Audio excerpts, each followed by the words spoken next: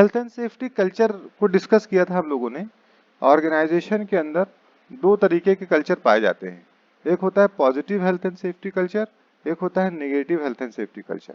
जिस ऑर्गेनाइजेशन के अंदर positive health and safety culture पाया जाता है, वहाँ के जो एम्प्लॉय होते हैं वो मोटिवेटेड होते हैं, वहाँ पर एब्सेंटिज्म रेट कम होता है, वहाँ पर सिकनेस रेट कम होता है, वहाँ पर ब्लेम कल्चर नहीं पाया जाता है, वहाँ पर जो प्रोडक्टिविटी होती है वो अच्छी होती है, वहाँ पर जो क्वालिटी होती है वो अच्छी होती है एम्प्लॉइज की।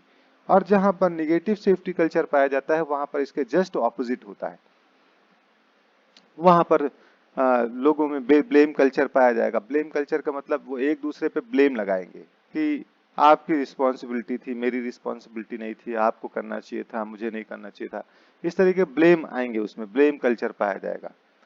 फिर उसके साथ साथ वहाँ पर एब्सेंटिज्म रेट बहुत ज़्यादा होगा, वर्कर्स एम्प्लॉयज जो है वो बहुत ज़्यादा एब्सेंट रहेंगे, वर्कर्स बहुत ज़्यादा सिक पाए जाएंगे, बीमार, सिक लीव बहुत ज़्यादा होगी, वहाँ की क्वालिटी बहुत ही डाउन होगी, वहाँ की प्रोडक्शन लेवल बहुत कम होगा। तो ये सारे साइन एंड सिम्टम्स होते हैं जो कि कल्चर को बताते हैं। अगर कहीं पर एक्सीडेंट रेट ज़्यादा है, इंसिडेंट बहुत ज़्यादा हो रहे हैं, ठीक है, तो वहाँ पर मान के चला जाता है कि यहाँ पर निगेटिव सेफ्टी कल्चर पाया जा रहा है, यहाँ पर पॉजिटिव सेफ्टी कल्चर नहीं है। तो जो ऑर्गेनाइजेशन का जो कल्चर होता है, वो कल्चर जो बनता है वो वहाँ के लोगों के बिलीफ के ऊपर डिपेंड करता है, वहाँ के लोगों के एटीट्यूड के ऊपर डिपेंड करता है, वहाँ के लोगों के नॉलेज और स्किल्स के ऊपर डिपेंड करता है। अगर वहाँ पर अच्छे लोग हैं, हाईली एजुकेटेड हैं, वहाँ पर अच्छे ट्रेंड एम्प्लॉई हैं जिनकी स्किल्स अच्छी है, वहाँ पर जो लोग हैं वो मैच्योर हैं, पॉजिटिव थॉट्स रखने वाले बंदे हैं, तो उस ऑर्गेनाइजेशन का जो कल्चर होगा पॉजिटिव होगा। तो जो ये चीजें पाई जाती हैं कि ट्रेंड होने चाहिए, एजुकेटेड होना चाहिए, पॉजिटिव एटीट्यूड होना चाहिए, और ये सारी चीजें जो देखी जाती हैं, ये ऑर्गेनाइजेशन के अंदर टॉप मैनेजमेंट इसके ऊपर वर्कआउट करता है। वो ट्रेनिंग प्रॉपर तरीके से करवाएगा, है ना, वर्कर्स को एजुकेट करेगा, एजुकेशन एंड ट्रेनिंग के programmes time to time launch करेगा, है ना, लोगों को मोटिवेट रखेगा, कंसल्टेशन प्रोवाइड करेगा, तब जाकर के एम्प्लॉइज ऐसे बनते हैं और वहां का कल्चर पॉजिटिव बनता है। ठीक है। और साथ में बताया गया कि भाई पॉजिटिव सेफ्टी कल्चर के बारे में पीछे डिस्कस किया था हम लोगों ने कि जिस जगह पर पॉजिटिव सेफ्टी कल्चर होता है वहाँ के जो ऑर्गेनाइजेशन के जो लीडरशिप होती है, जो कमिटमेंट होता है वो पूरा किया जाता है। जिस जगह पर पॉजिटिव सेफ्टी कल्चर होता है वहाँ पर हेल्थ एंड सेफ्टी को एक एक टारगेट सेट किया जाता है, लॉन्ग टर्म टारगेट सेट किया जाता है कि हेल्थ एंड सेफ्टी का ये लॉन्ग टर्म टारगेट है। ठीक है ना। जो मैनेजर्स लेवल के लोग होते हैं उनका बिलीव्स होता है कि जो कॉस्ट ऑफ इन्वेस्टमेंट है सेफ्टी को मैनेज करने के लिए, जो पैसे खर्च किए जाते हैं वो बहुत कम होते हैं। कॉस्ट ऑफ जो सेफ्टी के बाद जो अगर एक्सीडेंट होता है या जो लॉस होता है उसकी जो उसको मैनेज करने का जो कॉस्ट होता है वो बहुत ज़्यादा होता है। यानी प्रोएक्टिव एंड रिएक्टिव सेफ्टी को समझते हैं। प्रोएक्टिव सेफ्टी का मतलब होता है कि सेफ्टी एक्सीडेंट को बचाने के लिए, इंजरीज को रोकने के लिए, डैमेज ऑफ प्रॉपर्टीज को बचाने के लिए, लॉस प्रिवेंट करने के लिए जो स्टैटिस्टिक्स जो स्ट्रैटेजी हम लोग यूज कर रहे हैं, जो जो मैन पावर हम लोग यूज कर रहे हैं, जो स्किल्स हम लोग यूज कर रहे हैं, इस पे जो खर्च आने वाला जो एक्सपेंस है, जो एक्सपेंडिचर है, जो खर्च है, वो बहुत कम होता है इन कंपेरिजन टू एक कॉस्ट को, एक एक्सीडेंट को हैंडल करने की कॉस्ट से। तो ये प्रोएक्टिव सेफ्टी होती है। रिएक्टिव जब हो जाती है ना, एक्सीडेंट को रोकने के लिए जो सेफ्टी लगाई जाती है, ट्रेनिंग है, सेफ्टी इंजीनियर्स को हायर करना है, पीपीएस प्रोवाइड करना है, रिस्क असेसमेंट करना है, ये सब प्रोएक्टिव सेफ्टी है। और एक्सीडेंट होने के बाद उसको मेडिकेशन प्रोवाइड करना, कंपनसेशन और जितने भी मैनेज करना होता है वो सब रिएक्टिव सेफ्टी में आते हैं। तो जहां पर पॉजिटिव सेफ्टी कल्चर होता है वहां पर जो मैनेजर्स होते हैं वो बिलीव करते हैं कि प्रोएक्टिव सेफ्टी जो है वो उसकी जो कॉस्ट होती है वो कम होती है रिएक्टिव सेफ्टी से। ठीक है ना। जो भी वहाँ के लोग होते हैं, जो काम करने वाले एम्प्लॉइज होते हैं, वो बहुत ही सेफ मैनर में बिहेव करते हैं ऑर्गेनाइजेशन के अंदर, रूल्स एंड रेगुलेशन को फॉलो करते हैं प्रॉपर तरीके से, और इस तरीके से वहाँ का कल्चर जो है वो पॉजिटिव होता है। ये निशानियां होती हैं, साइन एंड सिम्टम्स होते हैं। उसके अदर हैंड में अगर निगेटिव सेफ्टी कल्चर की बात की जाए तो वहाँ पर लीडरशिप बहुत ही वीक होती है। ऊपर का जो लीडर्स होता है टॉप मैनेजमेंट का, वही कहता है कि यार सेफ्टी बहुत अच्छी चीज नहीं है, या सेफ्टी बिल्कुल यूजलेस चीज है, या सेफ्टी कॉस्टली चीज है, ये वो कहता है, लीडर कहता है। तो जहां पर ऐसी लीडरशिप होती है, वहां का जो एम्प्लॉय होता है वो भी ये सेम चीजें मान के चलता है कि भाई सेफ्टी अच्छी चीज नहीं है, इसको करने से कोई बहुत ज्यादा फायदा नहीं होता है, ये चीजें वो मान के चलते हैं, है ना।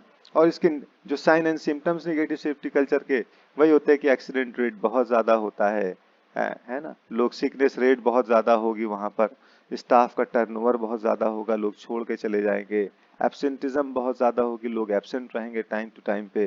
तो ये साइन एंड सिम्टम्स होते हैं कि किसी ऑर्गेनाइजेशन में पॉजिटिव सेफ्टी कल्चर है कि नेगेटिव सेफ्टी कल्चर है। फिर बात आती है कि how to improve the safety culture, किस कैसे हेल्थ एंड सेफ्टी कल्चर को इम्प्रूव किया जाए। तो promoting health and safety culture standards by leadership, सबसे पहली चीज तो है कि लीडरशिप का पॉजिटिव होना बहुत जरूरी है। अगर वहां पर लीडरशिप की कमी है, अगर लीडरशिप मोटिवेटेड नहीं है, तो फिर प्रमोट ही नहीं हो सकता है। तो कहा ऑक्यूपेशनल हेल्थ एंड सेफ्टी का जो मैनेजमेंट सिस्टम है उसको बिजनेस के ऑब्जेक्टिव के साथ में मिला के करना पड़ेगा, अलाइन करना पड़ेगा।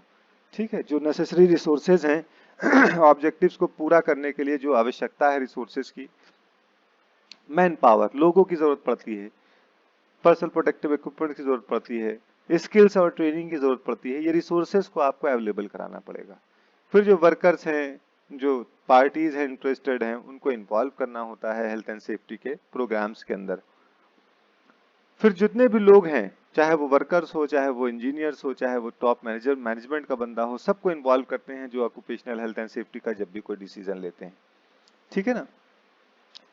और ओपन डिस्कशन को हमेशा प्रमोट किया जाता है ऑक्यूपेशनल हेल्थ एंड सेफ्टी में। ओपन डिस्कशन का मतलब होता है जैसे टूल बॉक्स टॉक, इसको हमेशा प्रमोट किया जाता है, क्योंकि आप भी बात कर सकते हैं, लेबर भी बात कर सकता है, उसको कोई इश्यूज आ रहे हैं तो। Ensuring the emphasis is on improvement rather than the blaming, blame culture नहीं होना चाहिए, है ना, ऑर्गेनाइजेशन के अंदर। तभी हम लोग क्या करेंगे, प्रमोट कर सकते हैं हेल्थ एंड जो जो हमारे जो है वो हेल्थ एंड सेफ्टी का कल्चर है उसको। उसके साथ में और भी बेनिफिट्स, कॉम्पिटेंट वर्कर कौन होते हैं, जो वर्कर्स एजुकेटेड होते हैं, जो स्किल्ड होते हैं, ट्रेंड होते हैं, जिनको एक्सपीरियंस होता है, जिनको नॉलेज होती है, उसको हम लोग कहते हैं कॉम्पिटेंट पर्सन। तो a person is called competent who has sufficient knowledge, skills, experience and other abilities and authorized to carry out their work safely and without risk to health, उसको हम लोग कॉम्पिटेंट कहते हैं। अक्सर ये वर्ड यूज किया जाएगा, है ना, फील्ड में, कि यार कॉम्पिटेंट पर्सन को भेजिए, किसी कॉम्पिटेंट पर्सन को ही भेजिए। तो कॉम्पिटेंट पर्सन का मतलब यही होता है कि वो वर्कर जिसको जिसको जो सर्टिफाइड हो, सर्टिफिकेट हो, जिसको नॉलेज हो, जिसको एक्सपीरियंस हो, जिसके अंदर एबिलिटी हो और जिसको अथॉरिटी हो, उसको कॉम्पिटेंट कहा जाएगा। अगर किसी के पास सर्टिफिकेट नहीं है, ट्रेनिंग नहीं लिया है या सर्टिफाइड नहीं है, उसको आप कॉम्पिटेंट नहीं कह सकते। अक्सर बुक में कॉम्पिटेंट लिखा मिलेगा, तो कॉम्पिटेंट बुक में भी मिलेगा, नोट्स में मिलेगा और साथ में लॉ में भी मिलेगा। अगर फैक्ट्री एक्ट 1948 अमेंडमेंट 87 देखेंगे तो उसमें भी आपको कॉम्पिटेंट वर्कर की डिफिनेशन मिलेगी आपको। तो कॉम्पिटेंट का मतलब ही यही होता है जो सर्टिफाइड हो, जो एजुकेटेड हो, जो ट्रेंड हो, जो एक्सपीरियंस्ड हो, उसे कॉम्पिटेंट कहा जाता है। कम्युनिकेशन का बहुत इंपॉर्टेंट रोल होता है ऑर्गेनाइजेशन के अंदर, हजार्ड्स को कम्युनिकेट करना, पॉलिसी को कम्युनिकेट करना, है ना। भाई ट्रेनिंग है, वो भी तो कम्युनिकेशन ही है, इंफॉर्मेशन को कम्युनिकेट किया जा रहा है, हजार्ड के बारे में, काम करने के स्टैंडर्ड प्रोसीजर के बारे में कम्युनिकेट ही किया जा रहा है, तो कम्युनिकेशन होता है। तो कम्युनिकेशन जो है वो कई प्रकार के होते हैं, डिफरेंट टाइप्स के होते हैं, और हर टाइप्स के कम्युनिकेशन के कुछ मेरिट्स यानी फायदे, कुछ डीमेरिट्स या नुकसान होते हैं। जैसे वर्बल कम्युनिकेशन होता है जो बोल चाल के जरिए किया जाता है, हम बोल रहे हैं, आप सुन रहे हैं, आप बोल रहे हैं, हम सुन रहे हैं, ये वर्बल कम्युनिकेशन है, वर्बली है, कुछ फायदे हैं कुछ नुकसान। दूसरा होता है रिटन कम्युनिकेशन। रिटन कम्युनिकेशन का मतलब ऑर्गेनाइजेशन की बात कर रहे हैं हम लोग, हमने आपको ईमेल भेज दिया, ये रिटन कम्युनिकेशन है। हमने एक मेमो लिख दिया, वो कम्युनिकेशन है। हमने नोट्स लिख दिया, ये भी रिटन कम्युनिकेशन है। तो written communication person to person हो सकता है और पर्सन टू अननोन या business company to unknown person हो सकता है। जैसे रोड के ऊपर जो कोटेशन लिखे होते हैं, धीरे चलिए, घर पे कोई आपकी प्रतीक्षा कर रहा है, आपके बच्चे प्रतीक्षा कर रहे हैं, ये भी रिटन कम्युनिकेशन है। ये वन वे कम्युनिकेशन है, एक ही रास्ता होता है, टू वे नहीं है। वर्बल जो है वो टू वे कम्युनिकेशन था। हम बोल रहे थे, आप सुन रहे थे, आप बोल रहे हैं, हम सुन रहे हैं। हमने पूछा कि आपको समझ में आया, आपने कहा हाँ समझ में आ गया, तो फीडबैक मिल गया। तो यहाँ पर रिटन कम्युनिकेशन ये वन वे कम्युनिकेशन होता है। आपने साइनेज बोर्ड पर लिख दिया कि धीरे चलिए, आगे दुर्घटना होने की संभावना है, रिटन कम्युनिकेशन, ठीक है ना। इसके भी कुछ फायदे कुछ नुकसान होते हैं। फिर नोटिस बोर्ड होता है, जैसे नोटिस बोर्ड के ऊपर भी तो लिख देते हैं ना। अब रिटन में भी, और भी रिटन के अलावा भी जैसे ग्राफिक्स कम्युनिकेशन होता है। तो ग्राफिक्स में क्या होता है कि कुछ चीजें बना दी जाती हैं, पोस्टर वगैरह बना दिया हम लोगों ने, है ना। जैसे आदमी जा रहा है, आगे ट्रेन निकल रही है, उस पर टकराया हुआ आदमी तो समझ गया, कोई पढ़ा लिखा नहीं है अगर, तो वो देख के जान जाएगा कि हाँ ट्रेन वाला रास्ता है, धीरे चलना है, यहाँ पर बच के निकलना। या आगे सकरा पुल है, या फिर हॉर्न नहीं बजाना है ना। तो डोंट ब्लो द हॉर्न, तो इंग्लिश तो नहीं जानता है कोई, तो हॉर्न बनाकर काट दिया। नो स्मोकिंग है, तो वहां पर पिक्टोग्राम्स यूज किया, ग्राफिक्स यूज किया। सिगरेट बना के काट दिया, या स्कल बना दिया, दो बोन्स बना दिए, तो इसके मतलब कोई खतरा है। इस तरीके से जो पिक्टोग्राम्स हम लोग यूज कर लेते हैं, तो ग्राफिक्स कम्युनिकेशन भी होता है, जिसको हम लोग, कुछ उसके फायदे होते हैं, कुछ नुकसान होते हैं। ग्राफिक्स कम्युनिकेशन आई कैची होता है, ध्यान बहुत जल्दी देते हैं, आसान होता है ना। अच्छा, उसके अलावा भी बहुत से और भी वे ऑफ कम्युनिकेशन होते हैं। जैसे नोटिस बोर्ड पे कुछ लिख दिया तो ये भी रिटन कम्युनिकेशन माना जाएगा। पोस्टर एंड वीडियोस वहां पर चल रहे हैं तो भी ग्राफिक्स कम्युनिकेशन माना जाएगा। टूल बॉक्स टॉक, टीबीटी, ये एक तरह की ट्रेनिंग होती है। आप सेफ्टी ऑफिसर इंजीनियर बन जाते हैं तो मॉर्निंग में आपको सारे एम्प्लॉइज को एक ब्रीफिंग करनी होती है सेफ्टी और हजार्ड के बारे में, उनके काम के प्रति। कोई जैसे एस का फोल्ड पे चढ़ने जा रहा है तो उसके बारे में ब्रीफ करना पड़ेगा, हजार्ड क्या है, सेफ सिस्टम ऑफर का तरीका क्या है, सारी चीजें बतानी पड़ेगी। फिर डिजिटल मीडिया है बहुत से, जिसके थ्रू वर्कर्स को हम लोग समझाने की कोशिश करते हैं। डिजिटल मीडिया में जैसे कोई वीडियोस हम लोगों ने दिखाई उनको, है ना। तो ये सारी चीजें, जैसे हम लोग जब पढ़ाई करते हैं तो उसमें कई चीजें देखते हैं, उसमें वीडियोस भी देखी जाती है ना। डिजिटल मीडिया का भी यूज करते हैं, ये भी कम्युनिकेशन का एक माध्यम है। एक्सीडेंट के बारे में कोई वर्कर्स मान नहीं रहा एक्सीडेंट के बारे में कि बार बार बता रहे हैं, लेकिन एक वीडियो उसको दिखा दी। जब वीडियो देखा कि ऊपर से एक आदमी गिरा, उसकी बॉडी दो पार्ट में हो गई, अब वो डरा। तो कभी कभी दूसरे डिजिटल मीडिया जो है वो ज्यादा इफेक्टिव काम करते हैं। तो कंपनी का फिर इंट्रानेट होता है, जिसके थ्रू कम्युनिकेट करते हैं, एक दूसरे से बातचीत करते हैं। अंदर की लोकल नेटवर्किंग होती है, जैसे वॉकी टॉकी हम लोग यूज कर लेते हैं, वो भी कम्युनिकेशन का माध्यम है, लेकिन वर्बल माध्यम, वर्बल कम्युनिकेशन होता है, बोलचाल। मेमोज, ईमेल है, वो भी कम्युनिकेशन होता है। वर्कर्स के हैंडबुक्स, वर्कर्स को हैंडबुक्स दे दिए जाते हैं, हाथों में छोटी छोटी किताब दे दी जाती है। उससे कहा था इसको पढ़ लेना, इसके बारे में, हजार्ड के बारे में सारी चीजें लिखी है। तो वो वर्कर्स के हैंडबुक्स होती हैं, जिसके अंदर policy, procedure, rules and regulation लिखा जाता है।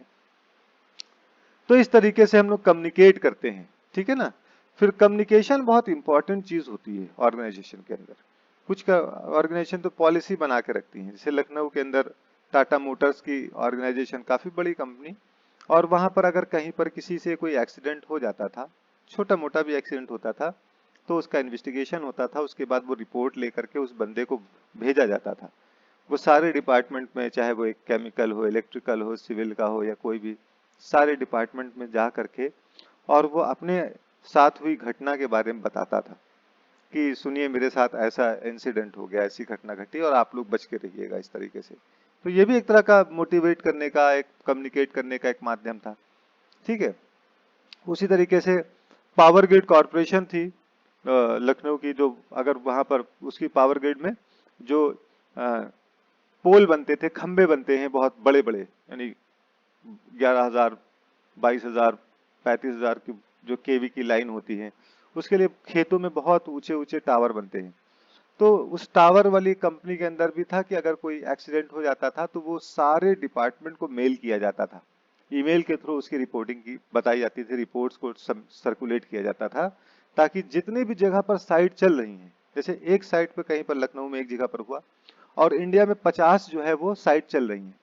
तो जब एक जगह पर कोई एक्सीडेंट हुआ कि एक वर्कर जो है वो ऊपर से एक रॉड गिर के और बच गया, नियर मिस हुआ, तो उसके नियर मिस की रिपोर्ट जो है वो 50 या 55 या 100 साइट जहां पे भी इंडिया की जहां पर भी चल रही हैं, वो सारी साइट के ऊपर भेज दिया जाता था।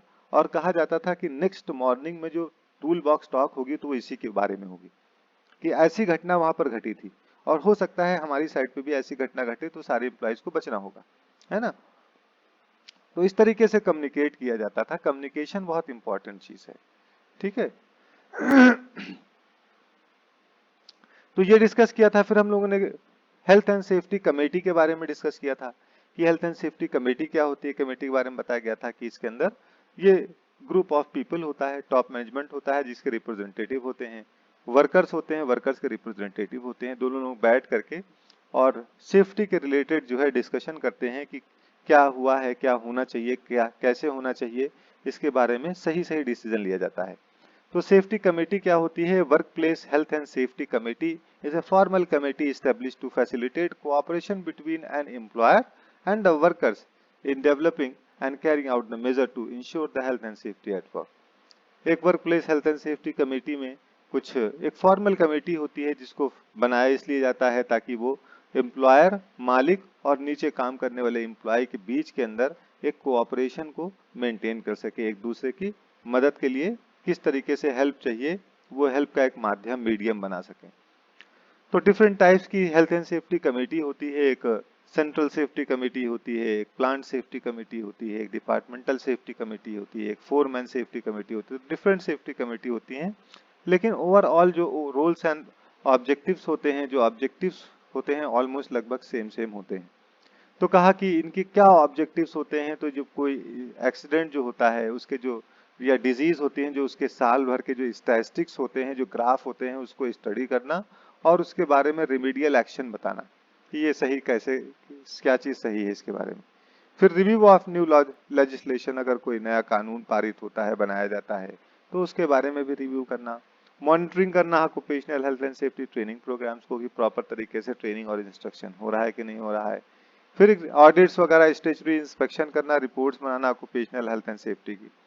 तो कहा when training is needed, training is an important part। Training workers की स्किल्स को बढ़ाती है, एजुकेशन वर्कर्स की नॉलेज को बढ़ाती है। तो ट्रेनिंग और एजुकेशन दोनों इंपॉर्टेंट है। स्किल्स और नॉलेज दोनों का होना आवश्यक है।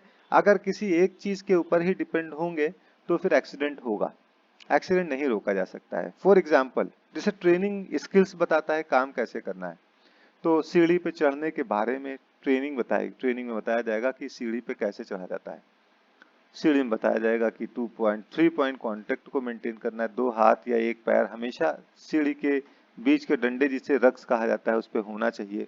हमेशा जब भी चढ़ेंगे तो आप लटक के काम नहीं करेंगे, सामान लेके नहीं चढ़ेंगे। लगाने का एंगल आपका 1:4 का रेशियो में होना चाहिए। ये सारी चीजें क्या हैं आपको एक ट्रेनिंग में बताई गई।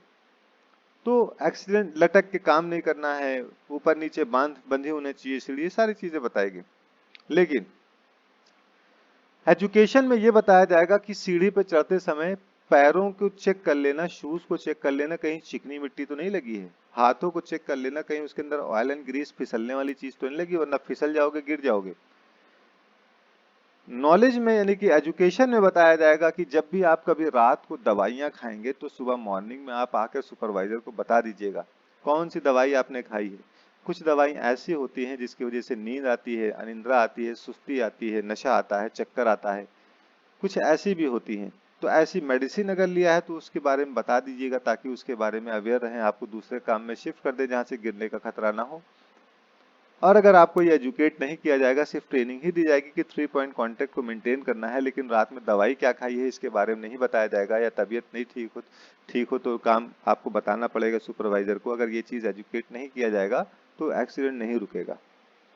ठीक है, तो training and education both are important. तो ट्रेनिंग बहुत से डिफरेंट टाइप्स की ट्रेनिंग होती है। इसके पीछे हम लोगों ने इंडक्शन ट्रेनिंग के बारे में डिस्कस किया था कि इंडक्शन ट्रेनिंग होती है।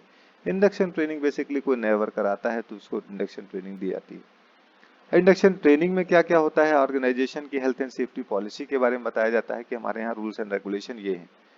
फायर और अदर इमरजेंसीज के बारे में बताया जाता है कि अगर ऐसी घटना घटित होगी, आग लग जाएगी या भूकंप आ जाएगा तो आपको कैसे भागना है, कहाँ जाकर इकट्ठा होना है, ये इमरजेंसी प्रोसीजर है। तो इमरजेंसी प्रोसीजर बताया जाएगा। लोकेशन ऑफ वेलफेयर फैसिलिटीज के बारे में बताया जाता है कि कहाँ पर ड्रिंकिंग वाटर फैसिलिटीज है, कहाँ टॉयलेट है, कहाँ कैंटीन है, कहाँ पर फर्स्ट एड की ऑफिस है, कहाँ रेस्ट रूम है। सारी चीजें आपको बताई जाती हैं फैसिलिटीज के बारे में। फिर आपको ऑर्गेनाइजेशन के अंदर कहाँ कहाँ पर चलना है, कैसे चलना है, किस पट्टी के अंदर चलना है, सेफ मूवमेंट के बारे में बताया जाता है कि वर्क प्लेस के अंदर ऐसे रहना है। फिर इंसिडेंट रिपोर्टिंग प्रोसीजर के बारे में बताया जाता है कि अगर कोई घटना घट गई है तो आपको किस तरीके से, किस स्टेप में उसको रिपोर्ट करना है, कहाँ पर करना है, किसको करना है। फिर वर्कर्स कंसल्टेशन अरेंजमेंट्स के बारे में उसके अंदर होता है कि किस तरीके से आपको कंसल्टेशन लेना है। अगर कोई वर्कर्स नया वर्कर है, उससे बता दिया जाता है कि अगर कोई चीज नहीं समझ में आती है तो आपको किससे जाके पूछना है, कहाँ जाके पूछना है, इसके बारे में बता दिया जाता है। कोई चीज नहीं समझ में आ रही तो आप इनसे जाके पूछ लिएगा। फिर जनरल से जो सेफ्टी रूल्स रेगुलेशन होते हैं, कोड ऑफ प्रैक्टिस होती है, उसके बारे में इंडक्शन ट्रेनिंग के अंदर बताया जाता है। इसके अलावा पर्सनल प्रोटेक्टिव इक्विपमेंट्स कौन कौन से होते हैं, सेफ सिस्टम ऑफ वर्क क्या होता है, परमिट टू वर्क सिस्टम क्या होता है, इसके बारे में बताया जाएगा। फिर इंट्रोडक्शन टू रिस्क असेसमेंट कराया जाएगा, JHA या JSA कराया जाएगा, जॉब सेफ्टी एनालिसिस के बारे में बताया जाएगा। उसके बाद कोऑपरेशन एंड कोऑर्डिनेशन के बारे में बताया जाएगा कि आपको कोऑपरेट करना है, लोगों से कोऑर्डिनेट करते हुए काम करना है, क्या करना है क्या नहीं करना है, ड्रग्स कौन कौन से अब्यूज माने जाते हैं उसके डिसिप्लिनरी प्रोसीजर क्या है, उसके बारे में बताया जाता है। और कब कब इंडक्शन ट्रेनिंग की आवश्यकता पड़ती है, जब जॉब चेंज होती है तब इंडक्शन ट्रेनिंग की आवश्यकता पड़ती है, जब प्रोसेस चेंज होता है तब इंडक्शन ट्रेनिंग की आवश्यकता पड़ती है, जब नया कोई लेजिस्लेशन होता है तब इंडक्शन ट्रेनिंग करानी पड़ती है, कोई नई टेक्नोलॉजी आ जाती है तब इंडक्शन ट्रेनिंग करानी पड़ती है। फिर उसके बाद हम लोग बात करते हैं कि ह्यूमन फैक्टर क्या होता है। What are the human factor? Basically human factor एक साइंस होती है जो ह्यूमंस की नॉलेज, स्किल्स, एबिलिटी और बिहेवियर, उसके इमोशन के बारे में स्टडी करती है। Human factor is a science of analysing humans knowledge, skills, ability, behaviour and emotion with respect to the work. काम के प्रति होता है इमोशन, हमारा फैमिली मेंबर के प्रति अलग होगा, बच्चों के प्रति अलग होगा, लेकिन काम के प्रति इमोशन अलग होगा। तो ये काम के प्रति जो है वो एनालाइज करता है कि ह्यूमंस की क्या नॉलेज है, क्या स्किल्स है, क्या एबिलिटीज है, क्या बिहेवियर है, तो उसको करता है वो। ठीक है ना? तो how human factors influence behaviour positively और नेगेटिवली, किस तरीके से जो है वो ह्यूमन फैक्टर्स इन्फ्लुएंस करता है बिहेवियर को पॉजिटिवली या नेगेटिवली। ठीक, तो इसके बारे में हम लोगों ने डिस्कस किया था।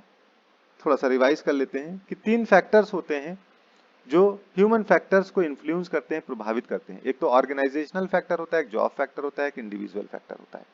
ऑर्गेनाइजेशनल फैक्टर जो होता है, ऑर्गेनाइजेशन के अंदर, आप जिस ऑर्गेनाइजेशन के अंदर काम करने के लिए जा रहे हैं वहां का सेफ्टी जो कल्चर है वो कैसा है। ये जो सेफ्टी कल्चर है, इसकी वजह से ऑर्गेनाइजेशनल फैक्टर जो है वो इन्फ्लुएंस होगा, जिसकी वजह से ह्यूमन फैक्टर इन्फ्लुएंस होता है। अगर कल्चर अच्छा नहीं है तो वहां पर जो काम करने वाले लोग हैं उनका बिहेवियर बदल जाएगा। ऑर्गेनाइजेशन की पॉलिसीज क्या है, प्रोसीजर क्या है, ये आपके ह्यूमन फैक्टर को इफेक्ट करता है। आपके लीडरशिप की कमिटमेंट क्या है मैनेजमेंट की, ये आपके ह्यूमन फैक्टर को इफेक्ट करता है। लेवल्स ऑफ सुपरविजन क्या है किस लेवल का सुपरविजन मेंटेन करते हैं ऑर्गेनाइजेशन के अंदर, ये आपके ह्यूमन फैक्टर को इफेक्ट करता है। पीयर ग्रुप का प्रेशर क्या है, कंसल्टेशंस एंड वर्कर्स इन्वॉल्वमेंट क्या है, कम्युनिकेशन क्या है, ये सारी की सारी चीजें, रिसोर्सेज क्या है, ट्रेनिंग क्या है, किस प्रकार की चल रही है, कॉम्पिटेंट स्टाफ कैसा है, वर्क पैटर्न क्या है। ये जो ऑर्गेनाइजेशनल फैक्टर हैं ये ह्यूमन फैक्टर को इन्फ्लुएंस करते हैं, यानी हमको इन्फ्लुएंस करेंगे, प्रभावित करेंगे। या तो प्रभाव अच्छा होगा या प्रभाव खराब होगा। सेफ्टी कल्चर नेगेटिव है, पॉलिसीज प्रोसीजर अगर बनी नहीं है या सही नहीं है, कमिटमेंट पूरा नहीं होता है, लेवल ऑफ सुपरविजन है नहीं, पीर ग्रुप का प्रेशर बहुत है, कंसल्टेशन नाम की कोई चीज नहीं है, वर्कर्स का इन्वॉल्वमेंट नहीं है, कम्युनिकेशन प्रॉपर नहीं होती है उस ऑर्गेनाइजेशन के अंदर, रिसोर्सेज वहां पर अवेलेबल नहीं है, स्पेस नहीं है, मैन पावर नहीं है, ट्रेनिंग वहां पर प्रोवाइड नहीं होती है, वर्क पैटर्न पता नहीं चलता है, शिफ्ट क्या कब स्टार्ट होती है, कब खत्म होना है। तो इसका प्रभाव जो काम करने के लिए गया है उसके ह्यूमन फैक्टर के ऊपर, उस इंडिविजुअल के ह्यूमन फैक्टर के ऊपर प्रभाव पड़ेगा, इसका इफेक्ट पड़ेगा। ठीक है। फिर दूसरा होता है जॉब फैक्टर। जॉब फैक्टर में टास्क किस तरीके से डिजाइन है आपका, वर्कलोड कितना है, इन्वायरमेंट कैसा है आपके ऑर्गेनाइजेशन के अंदर काम करने के प्रति, या कंट्रोल्स क्या है आपके, प्रोसीजर क्या है। तो ये क्या है, ये हमारे जो जॉब के फैक्टर्स हैं ये ह्यूमन फैक्टर्स को इन्फ्लुएंस करते हैं, प्रभावित करते हैं। ठीक है ना? यानी किसी भी बंदे के ऊपर अगर अगर वहां पर टास्क सही से असाइन नहीं किया जाता है, अगर वहाँ पर वर्कलोड बहुत ज़्यादा डाल दिया जाता है तो वर्कर्स के ऊपर इसका बड़ा इम्पैक्ट पड़ता है, इसका बड़ा प्रभाव पड़ता है। अगर लोग एनवायरनमेंट ऐसा है कि कोई पीपीस पहनता है, कोई पहनता ही नहीं है, कोई कंट्रोल्स मेजर है ही नहीं, वहाँ पर प्रोसीजर को फॉलो नहीं किया जाता है, तो इसका इम्पैक्ट, इसका इफेक्ट जो है वो किसके ऊपर आ रहा है? ये जो जॉब फैक्टर है, इसका इफेक्ट ह्यूमन फैक्टर के ऊपर आएगा। अगर कोई अच्छा खासा बंदा भी होगा तो भी वो फॉलो करना छोड़ देगा सारी चीजें, है ना, साइड के ऊपर। फिर दूसरा नेक्स्ट आता है इंडिविजुअल फैक्टर। अब इंडिविजुअल का मतलब मेरा अपना अकेला, तो मेरा एटीट्यूड क्या है ना, तो मेरा एटीट्यूड क्या है काम के प्रति, मेरा एजुकेशन और ट्रेनिंग का लेवल्स क्या है, मेरा इंटरवेंशन कैसा है, कंसल्टेशन कैसा है, इन्फोर्समेंट कैसा है, मोटिवेशन मेरा कैसा है, मेरी कॉम्पिटेंसी की लेवल क्या है। तो एटीट्यूड का मतलब क्या होता है कि जैसे कहा कि attitude is the tendency to behave in a particular way in a certain situation. किसी व्यक्ति का किसी सिचुएशन में किस तरीके से बिहेव करना है वो उसका एटीट्यूड कहलाता है। यह attitude refers to a set of emotion, beliefs and behaviour towards a particular object, or person, or event. किसी व्यक्ति का, हमारा या आपका किसी एक सामान के प्रति या किसी व्यक्ति के प्रति या किसी घटना के प्रति जो हमारा या आपका इमोशन है, जो बिलीव्स है, जो बिहेवियर है, वही हमारा एटीट्यूड होता है। तो बिहेवियर का मतलब क्या होता है कि बिहेवियर जो है वो किसी व्यक्ति या किसी सामान या किसी के प्रति जो एक्शन या रिएक्शन होता है ना, जो किसी ध्यान के अंदर कुछ ऐसी चीजें उत्पन्न हुई, स्टिमुली उत्पन्न हुई, तो उस स्टिमुली के वजह से इंटरनल या एक्सटर्नल कोई स्टिमुली दिमाग के अंदर जनरेट हुई, कोई खुशी की बात दिमाग में आ गई या कोई सौरो बात आ गई या कुछ देख लिया, जिसकी वजह से जो हमारा एक्शन या रिएक्शन होता है वही हमारा बिहेवियर कहलाता है। और यही बिहेवियर हमारा जो है वो एटीट्यूड बनाता है ना। तो एटीट्यूड का मतलब होता है किसी एक व्यक्ति का किसी एक पर्टिकुलर सिचुएशन या किसी पर्टिकुलर ऑब्जेक्ट के प्रति बिहेवियर, जो बिहेव करने का तरीका होता है, टेंडेंसी होती है। तो ये क्या करती है, जो इंडिविजुअल फैक्टर होता है ये ह्यूमन फैक्टर को इफेक्ट करता है, उसको प्रभावित करता है कि वो सही करे कि ना करे, यानी कैसा बिहेव करेगा, ठीक है ना। तो ये तीन चीजें मिल करके ही एक एनवायरनमेंट को क्रिएट करती हैं। ह्यूमन फैक्टर्स इसी पर डिपेंड होता है, individual factor, job factor and organisational factor. ये तीनों लिंक्स अप होते हैं, यानी link between the individual, job and organisational factor. इन तीनों में क्या क्या लिंक होते हैं, ठीक है। अच्छा, उसके बारे में बताया कि इंडिविजुअल फैक्टर जो होता है include the person, competence, skill, personality, attitude and risk perception.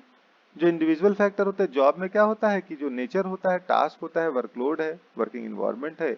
और ऑर्गेनाइजेशन का मतलब होता है discuss about the work pattern, आपके ऑर्गेनाइजेशन वर्क पैटर्न क्या है, कल्चर क्या है वर्क प्लेस का, रिसोर्सेज क्या है, कम्युनिकेशन कैसी, लीडरशिप कैसी है।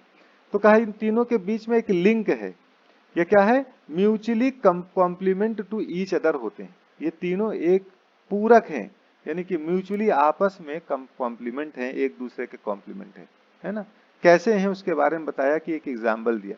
कहा visible leadership from management will motivate workers. जो विजिबल लीडरशिप होगी, यानी कि कोई एक ऐसा सीनियर मैनेजर है जो खड़ा होता है, सामने खड़ा होता है और दिखाता है, बताता है, विजिबल है, तो वो मोटिवेट करता है वर्कर्स को, उसके कंसल्टेशन को, उसके कम्युनिकेशन को इम्प्रूव करेगा, उसके परसेप्शन, रिस्क के प्रति परसेप्शन को इम्प्रूव करेगा। ये ऑर्गेनाइजेशनल वर्सेस इंडिविजुअल रिलेशन है। फिर कहते हैं demonstration of management's commitment to safety such as availability of resources, setting realistic target will provide the reasonable workload, जिसको ऑर्गेनाइजेशनल और जॉब फैक्टर के रिलेशन में देखा जाता है कि अगर कोई मैनेजमेंट है किसी ऑर्गेनाइजेशन का, उसका जो कमिटमेंट, जो वायदा है सेफ्टी के प्रति बहुत अच्छा है, वो पूरा करता है जो कमिटमेंट करता है। तो कहा जैसे फॉर एग्जांपल, जैसे बताया कि अवेलेबिलिटी ऑफ रिसोर्सेज के बारे में कहा था, तो उसने वहां पर पूरा किया। रियलिस्टिक टारगेट को बनाना था, उसने किया, ठीक है ना। रीजनेबल वर्कलोड उसके ऊपर डाला। तो ये ऑर्गेनाइजेशनल वर्सेस जॉब फैक्टर, यानी ऑर्गेनाइजेशनल का कमिटमेंट जब पूरा हुआ तो जॉब फैक्टर के ऊपर उसका असर आया। फिर कहा no distractions in term of lightning, noise, temperature in work conditions will help to improve the perception of risk at the work. कहीं पर अगर लाइटनिंग के डिस्टर्बेंस नहीं है, कहीं पर नॉइस ज्यादा नहीं है, कहीं पर टेम्परेचर का इशू नहीं है, न बहुत ज्यादा गर्मी न बहुत ठंडा, तो ये क्या करता है, ये वर्किंग जो कंडीशन होती है ये बहुत ही आराम पहुंचाती है वर्कर्स को और उसके परसेप्शन ऑफ रिस्क को बहुत अच्छे तरीके से इम्प्रूव करता है। तो ये क्या है, जॉब एंड इंडिविजुअल फैक्टर है। तो ये तीनों चीजें आपस में एक दूसरे से जुड़ी हुई हैं, ठीक है ना, और एक दूसरे के साथ में मिलकर के काम करती हैं। फिर हम लोग बात करते हैं assessing the risk, meaning of hazard risk, risk profiling and risk assessment, जिसको पीछे हम लोगों ने डिस्कस भी किया था। तो हजार्ड के बारे में ISO 45001 2018 डिफाइंस करता है। ये एक मैनेजमेंट सिस्टम है, health and safety management system. ISO ने इसको डेवलप किया है, International Organization for Standardization. ISO 45001 management system define करता है हजार्ड के बारे में कि hazard is a source with a potential to cause injury and ill health. Hazard क्या है, एक सोर्स है। कैसा सोर्स है, पावर के साथ में, पोटेंशियल के साथ में एक सोर्स है ना, source with a potential to cause injury and ill health, जो डिजीज कॉज कर दे या चोट लगा दे, ऐसा जो है पोटेंशियल सोर्स रहता है। It can include sources with the potential to cause harm or hazardous situation or circumstances with the potential for exposure leading to injury and ill health. अब इसके साथ और भी इंक्लूड हो सकते हैं, जैसे कोई पोटेंशियल है जो नुकसान पहुंचा सकता है, कोई हजार्डस सिचुएशन हो सकती है, कोई परिस्थिति सर्कमस्टांसेस हो सकती हैं, या कोई एक्सपोजर हो सकता है, कुछ भी हो सकता है। तो कहा hazard is something which has the potential to cause harm. Hazard is anything which has the potential to cause harm. कोई भी चीज जिसके अंदर पावर हो कि वो नुकसान पहुंचा दे, वो हजार्ड कहलाता है। For example, a path hole on a pedestrian walkway is an unsafe condition which is a hazard and it can cause somebody to trip and fall. कहा कि रास्ते के ऊपर एक गड्ढा का होना पैदल चलने वाले लोगों के लिए एक अनसेफ कंडीशन है, एक हजार्ड है, खतरा है, जो किसी को ठोकर लगा सकती है, गिरा सकती है। Similarly, a worker operating a 240 volt handheld power tool may face several hazards like electricity, vibrations and noise hazards can be broadly classified as. एक वर्कर है, 240 वोल्ट की एक हैंड ऑपरेटेड मशीन को इस्तेमाल कर रहा है, तो करंट का खतरा हो सकता है उसके साथ कि उसको करंट लग जाए, है ना, इलेक्ट्रिसिटी का खतरा हो सकता है, वहां से नॉइस बहुत ज्यादा निकल सकती है, उसका खतरा हो सकता है, ठीक है ना, वहां पर वाइब्रेशन का खतरा हो सकता है। तो कहा हजार्ड को ब्रॉडली जो कैटेगराइज किया है, ब्रॉडली मतलब बड़े लेवल के ऊपर जो कैटेगराइज किया है, वो physical hazard, chemical hazard, biological hazard, ergonomic hazard and psychological hazard, ये ब्रॉडली कैटेगराइज कर दिया। फिजिकल में, फिजिकल हजार्ड में जैसे कोई फिसलना है, स्लिप, ट्रिप, ऊपर से गिरता हुआ कोई ऑब्जेक्ट, फॉलिंग ऑब्जेक्ट, झटक के लगने वाला ऑब्जेक्ट, फ्लाइंग ऑब्जेक्ट, है ना, तो ये जो है सारे के सारे नॉइस, वाइब्रेशन जितने भी हैं, इलेक्ट्रिसिटी, या फिजिकल हजार्ड में आ जाते हैं। तो केमिकल हजार्ड में जैसे कोई भी एसिड है, कोई बेस है, या कोई भी ऐसा इरिटेंट है, कार्सिनोजेनिक केमिकल है, जितने भी केमिकल्स हैं जो नुकसान पहुंचा सकते हैं, वो केमिकल हजार्ड कहलाते हैं, चाहे जलने वाला पेट्रोल हो, चाहे वो जलाने वाला सल्फ्यूरिक एसिड हो। फिर बायोलॉजिकल हजार्ड में बैक्टीरिया, वायरस, फंगस, मोल्ड्स आते हैं, जो बायोलॉजिकल हजार्ड माने जाते हैं। फिर एर्गोनॉमिक हजार्ड माना जाता है, जैसे मैनुअल हैंडलिंग में स्पाइनल कॉर्ड की डिस्क का स्लिप हो जाना। तो एर्गोनॉमिक जो वर्ड बना है वो दो वर्ड से बना है, एर्गो एंड नॉमस। एर्गो का मतलब होता था work related law, work related, and nomos का मतलब होता था लॉ। तो वर्क रिलेटेड लॉ किसी भी काम को करने का एक नियम है, चाहे एक जमीन से एक भरी बाल्टी रखी हुई है पानी की, उसको उठाना है तो झुक करके नहीं उठाना है, कमर से नहीं उठाना है, बैग स्ट्रेट करके उठाना है, तो ये लिखा हुआ है, एक नियम है बाल्टी उठाने का या सामान उठाने का नियम, एक किसी वर्कर के लिए ये है। अगर इसके विरुद्ध कोई काम करता है तो मसल्स के अंदर या स्केलेटन के अंदर कोई प्रॉब्लम्स होगी उसको। तो ये क्लासिफिकेशन ऑफ ब्रॉडली क्लासिफिकेशन जो है वो इसके बारे में, हजार्ड्स के बारे में ये है। कल यहीं से आगे हम लोग we will start in the next lecture.